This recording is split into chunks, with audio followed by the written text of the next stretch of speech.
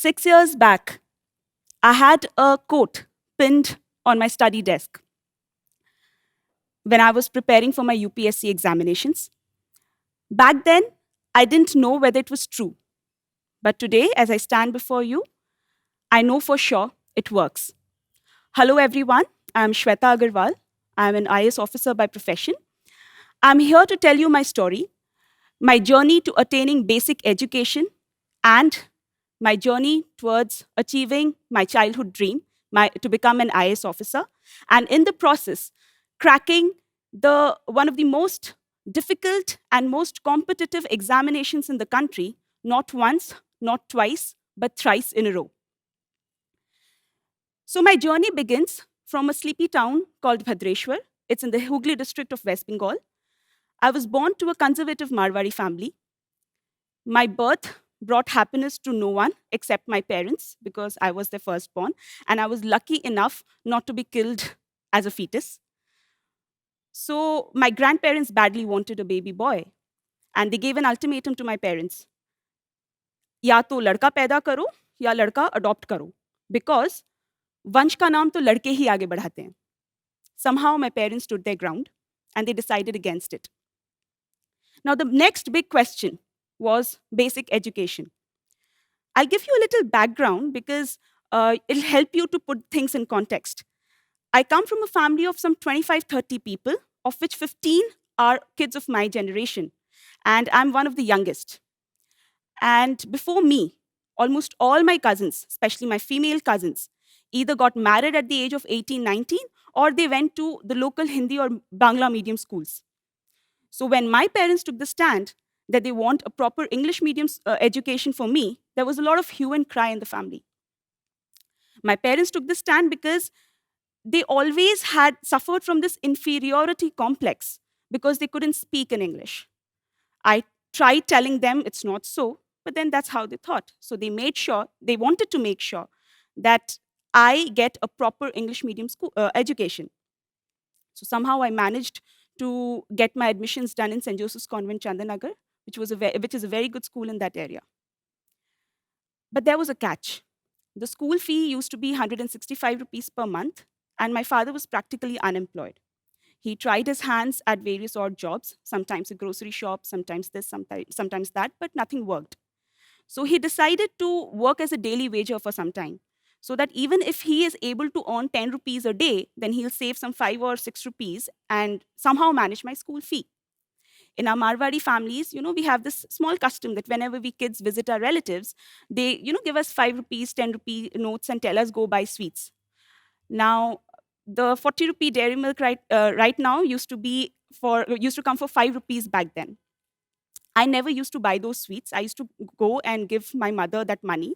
And my mother used to collect all these 5, 10 shagun ka paisa कि कहीं से भी, somehow, किसी एक महीने की school की fee निकल आए. So that's how, my friends, my journey towards basic education started. I was in the 2nd standard, and there was a school fest. We were told in school that we have to bring money from home so that we can play games and buy food from stalls. I went and told my parents this, and my parents told me one thing. They don't have the money to give it to me so that I can go spend it in the school festival. And when I asked why, they told me we can give you just one thing, and that is our effort to try and give you an education in the school. Beyond that, nothing. And they told me, Shweta, education is going to be your biggest asset. I was hardly 7, 8 years old at that point of time. But the 7-year-old me understood one thing, that if I can help my parents and help myself in any particular way, it has to be by studying hard. It has to be by becoming a good student in school, because that will ensure that my parents remain motivated against all the voices telling them otherwise to continue my education in that school. Over the years, I graduated from school, and fortunately, my parents' financial condition also improved. Now it was time for college. Because of good results in class 12, I managed to get a seat in St. Xavier's College in the economics class. Now, before me, no one in my family had ever completed graduation. So when I was about to leave for college, my father's brother told me, पढ़ लिख कर करना क्या है, ultimately तो चौका बर्तन ही करना है. I didn't let myself get affected by this. I came home, I told my parents this is what happened, and I just promised my father, my parents, that I will never let them down. I will become the first graduate of the family. In 2008, I graduated from St. Xavier's College with a first class degree in economics, and I was among the top 10 or 15 students in the university.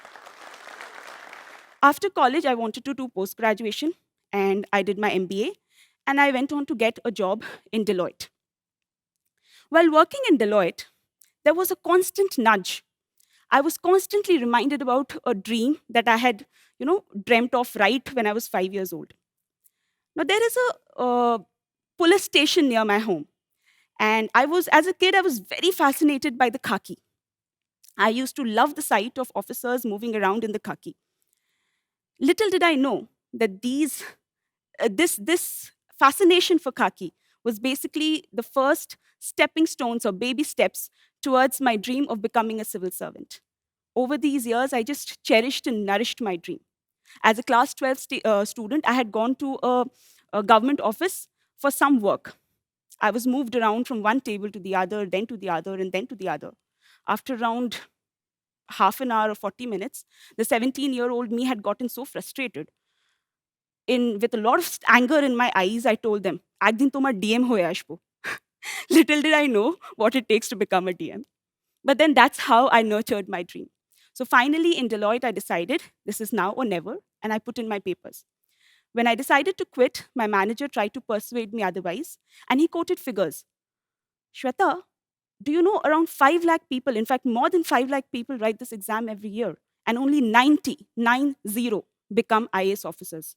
Are you trying to tell me that you're quitting your job for this? I said, sir, if 90 people make it, I will be one of those 90.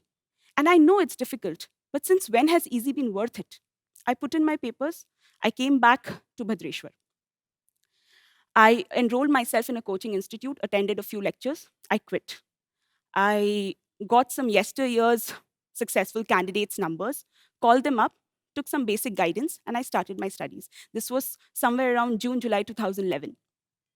Till October, my studies were going on fine, but somehow, towards the end of 2011, my preparation had lost steam, and I was totally out of touch. I was in a very bad mental state. There were n number of voices telling my parents, this is the age for her to get married. All her cousins have already gotten married at, say, 19. She's already 24, 25. What are you doing? My parents used to come to me and ask me, what do you want? It's been 2 months, you've not studied at all. Even in that mental state, my only answer to them would be, I know I'm not in right shape right now, but trust me, I want to be an IAS officer. Have faith in me.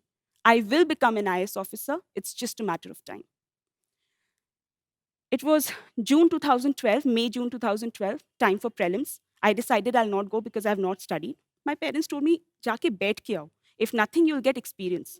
I think that was one of the best things. Sometimes the fear of failure should not stop you from going out there and trying. I went there, I took the exam. I knew I wouldn't crack, but I also knew that this exam could be cracked. With the right amount of hard work, determination, and preparation, it could be cracked. That kind of revived my self confidence. I took the bold step of shifting to Kolkata.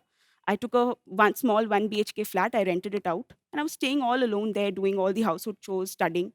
And in those 2 years, I realized how difficult it is for a girl to stay alone in a city. You face questions. Her home is just 2 hours away. She's not even working.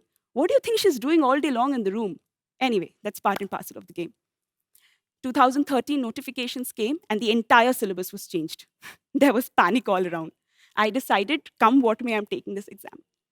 I cleared the prelims, mains, and in May 2014, when the results came out, I secured an All India rank of 497, and I got Indian Revenue Service, Customs and Central Excise. I was happy because I made it to the list, but I was sad at the same time because I didn't get the rank I wanted.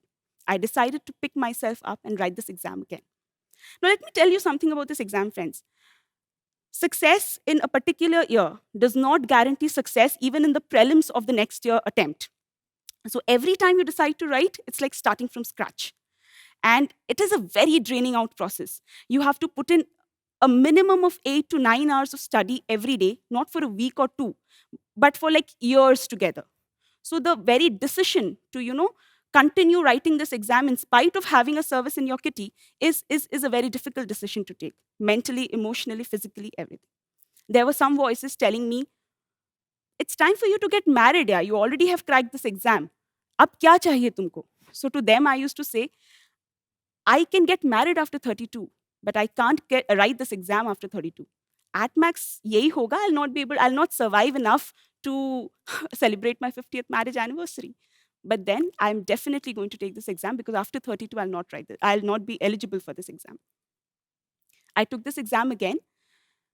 2015 results came out. I secured an All India rank of 141, and I got the Indian Police Service. I missed IAS by 10 marks, but I was able to don the khaki. And it was like coming back a full circle because the dream had started with the khaki. Now there was an inner dilemma in my own self. For a moment, I was like, this is it. But then there was something inside me that kept nudging. No, Shweta, it has to be IAS. You haven't tried enough. So just to satisfy my inner voice, I decided I'll take one last attempt. It would be now or never. Because till your own self is telling you that you haven't tried enough, that means you haven't tried enough. I took the exam. It was 10th May 2016 when the results came out, and I secured an All India rank of 19.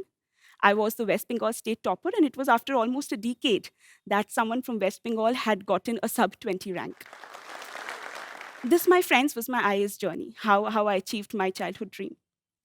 In the process, I have learned a lot, but the most important takeaways would be focus, hard work, determination, and preparation. So my journey began from the small town of Bhadreshwar. I was a girl with a lot of dreams and didn't want to settle just for anything, especially marriage.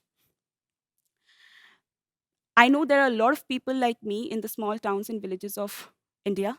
My message to all of you would be dream big. Back it up with your preparation and hard work and determination. There's nothing that can stop you from achieving your dreams because the future belongs to those who believe in the beauty of their dreams. And if you really, really want something, all the universe conspires in helping you to achieve it. And this was the quote that was pinned on my study desk 6 years back. Thank you. Tell us what you think about this video and don't forget to like, share and subscribe.